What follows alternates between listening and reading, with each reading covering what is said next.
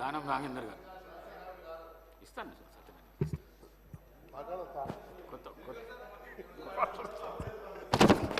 అడుగుతున్నా మళ్ళీ లేచి గొడవ చేయగలరు. Thank you sir. సార్ ఇవన్నీ చాలా సమస్యలు ఉన్నాయి. చాలామంది చాలా సమస్యలు చెప్తున్నారు కదా, అప్లై నో రిప్లై అన్నట్టుగా ఉంది ఈడ. కాబట్టి కొన్ని చెప్పాల్సిన అవసరం ఉంది. నాకు సంబంధించి నా క్యాంప్ ఆఫీస్ గురించి గత 15 నెలల నుంచి రిక్వెస్ట్ చేస్తూ ఉన్నాను. ఆశ్చర్యంగా ఏంటంటే మేము అడిగిన క్యాంప్ ఆఫీస్ గురించి రెవెన్యూ డిపార్ట్మెంట్ దగ్గర సమాచారం ఉండదు, జిహెచ్ఎంసీ దగ్గర సమాచారం ఉండదు. మా నియోజకవర్గంలో ఒక ఈద్గా గ్రౌండ్ ఉంది, రోడ్ నెంబర్ 10లో ఈద్గా గ్రౌండ్ ఉంది అధ్యక్ష. ఆ ఈద్గా గ్రౌండ్లో సిపిడిసిఎల్కి మన ఒక సబ్ స్టేషన్ గురించి ల్యాండ్ అలాట్మెంట్ ఇచ్చారు. అక్కడ ఇప్పుడు రంజాన్ నడుస్తుంది, ఈద్గా గ్రౌండ్ అది. దాని పక్కకు వేరే ప్రభుత్వ స్థలం ఉంది. ఆ స్థలంలో కొంచెం నాకు క్యాంప్ ఆఫీస్కు స్థలం ఇవ్వమంటే అది వాళ్ళు ఐడెంటిఫై చేయలేకపోయారు.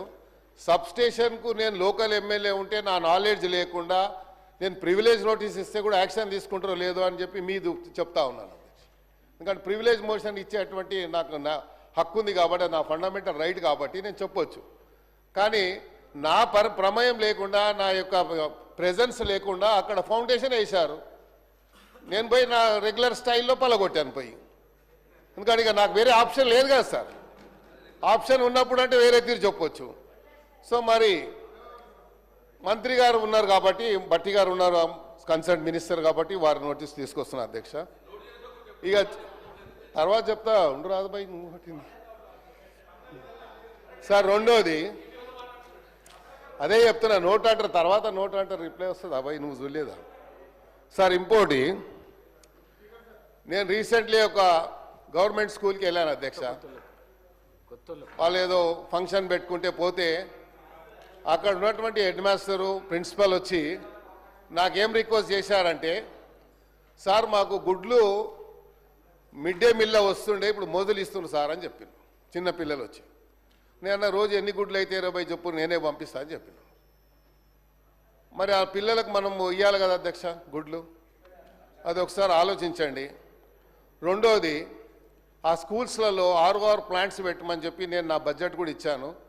మరి ఇప్పటిదాకా బడ్జెట్ నా ఏదైతే రెగ్యులర్గా వచ్చే బడ్జెట్లో ఇచ్చాను. కానీ ఒక ROR ఒకటేమో NBT నగర్లో రౌండ్ టేబుల్ స్కూల్ ఉంది సార్, చాలా పెద్దది, సుమారు 2000 మంది విద్యార్థులు చదువుతారు. జూబ్లీహిల్స్లో అలాగే ఉంది, ఆడ కూడా ROR ప్లాంట్ అడిగాను, అవ్వలేదు.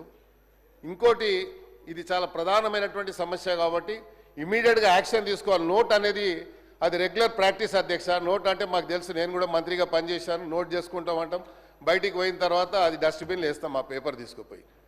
ఇది రెగ్యులర్ ప్రాక్టీస్ కాబట్టి నేను చేశాను కాబట్టి చెప్తున్నా అధ్యక్ష. నేను వాళ్ళని ఎవరిని బ్లేమ్ చేస్తలేను. ఇప్పుడు నాకు ఎవరు చెప్పాల్సిన అవసరం లేదు, నాకు తెలుసు ఏం మాట్లాడాలో. అందరికంటే సీనియర్ ఎమ్మెల్యే నేను సార్. ఇంకోటి, ఈడబ్ల్యూఎస్ కాలనీ నేను మినిస్టర్ ఉన్నప్పుడు ఫౌండేషన్ వేసి కాలనీ కట్టించాను. ఆ ఈడబ్ల్యూఎస్ కాలనీలో ఒక వ్యక్తి వెంకటరెడ్డి అని 5-6 ఇండ్లు వాళ్ళకు కొంచెం డబ్బులు అప్పు కింద ఇచ్చి అన్ని ఇండ్లు లాక్కొని 6 ఫ్లోర్లు వేశారు. నేను complaint zonal commissioner complaint with pictures court ఆర్డర్తో సహా పంపించాను.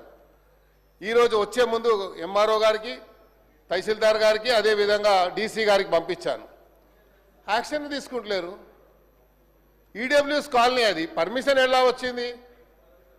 ఇక్కడ కిట్టుకు ఏంటంటే మా దగ్గర ఉన్న టౌన్ ప్లానింగ్ ACP చిన్న పేపర్స్ పెట్టుకున్నారు. మొన్న ముఖ్యమంత్రి గారు చెప్పారు వారి కన్సర్న్తో. అలాంటి వాళ్ళు ఏం చేస్తారు, వాడే సొంతగా స్క్రీన్ ప్రింటర్ దగ్గరకు పోయి పేపర్ తీసి ఇక్కడ ఇల్లీగల్గా కన్స్ట్రక్షన్ ఫోటో తీసి అది CCPకి ఒకటి ACPకి ఒకటి పంపిస్తాడు. దీని మీద యాక్షన్ తీసుకుంటారు. మళ్ళీ వాడు కాంప్రమైజ్ అయిపోయి బిల్డింగ్ కట్టేస్తాడు. ఇది నడుస్తుంది కాబట్టి దయచేసి మీ సీరియస్ మ్యాటర్స్ ఇవి కాబట్టి ప్రభుత్వం తీసుకురావాలి బాధ్యత ఉంది కాబట్టి చెప్తా ఉన్నాను.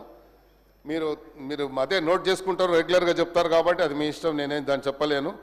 కాబట్టి ఇలాంటి ఎవరైతే సోషల్ మీడియాని మిస్యూజ్ చేసుకొని ఇలాగా అందరినీ బ్లాక్మెయిల్ చేస్తూ ఉన్నారు, ఇది చాలా హైదరాబాద్ సిటీలో చాలా పెద్ద ఎత్తున నడుస్తుంది. బిల్డర్స్ని చేస్తున్నారు, అట్ ద సేమ్ టైం డిపార్ట్మెంట్లో ఉన్నటువంటి GHMC అధికారులు అయితే వణికిపోతారు వాళ్ళతో. ఎమ్మెల్యే ఫోన్ చేసినా, మినిస్టర్ ఫోన్ చేసినా భయపడడు. కానీ ఆ సోషల్ మీడియా వాడు ఒక ఫోన్ చేస్తే మాత్రం సార్ నేను యాక్షన్ తీసుకుంటా అంటాడు, ఇద్దరు కూర్చొని లావాదేవీ జరిగిపోతుంది. సో ఇవన్నీ జరుగుతున్నాయి కాబట్టి క్యాంప్ ఆఫీస్ విషయంలో సీరియస్గా తీసుకోండి. తర్వాత ఈ ఈడబ్ల్యూఎస్ కాలనీ ఏదైతే ఇల్లీగల్గా కట్టాడో అది ఇమ్మీడియట్గా డెమాలిష్ చేయాలి. ఎందుకంటే పబ్లిక్ అంతా వచ్చి నా మీద పడతా ఉన్నారు. క్యాంప్ ఆఫీస్ లేకుండా నేను హైదరాబాద్ సిటీలో ఉంటా కాబట్టి వందల మందితో డైలీ ఇంటరాక్షన్ ఉంటుంది అధ్యక్ష. వాళ్ళని కూర్చోబెట్టుకోవడానికి కూడా మనకు ఇబ్బంది అవుతుంది. కాబట్టి నా క్యాంప్ ఆఫీస్ గురించి కూడా దయచేసి మరి నోట్ చేసుకుంటారని చెప్తారు. కాబట్టి మీరు ఒక డైరెక్షన్ ఇవ్వండి. Thank you. గౌరవ మంత్రి గారు. అధ్యక్ష, సభా నియమావళి ప్రకారం 0 అవర్ ఏ ప్రభుత్వంలో ఉన్నా ఎవరి ప్రభుత్వంలో ఉన్నా అదే నిబంధనల ప్రకారంగా జరుగుద్ది. ఇది కూడా నోట్ చేసుకోవటం జరిగింది అధ్యక్ష.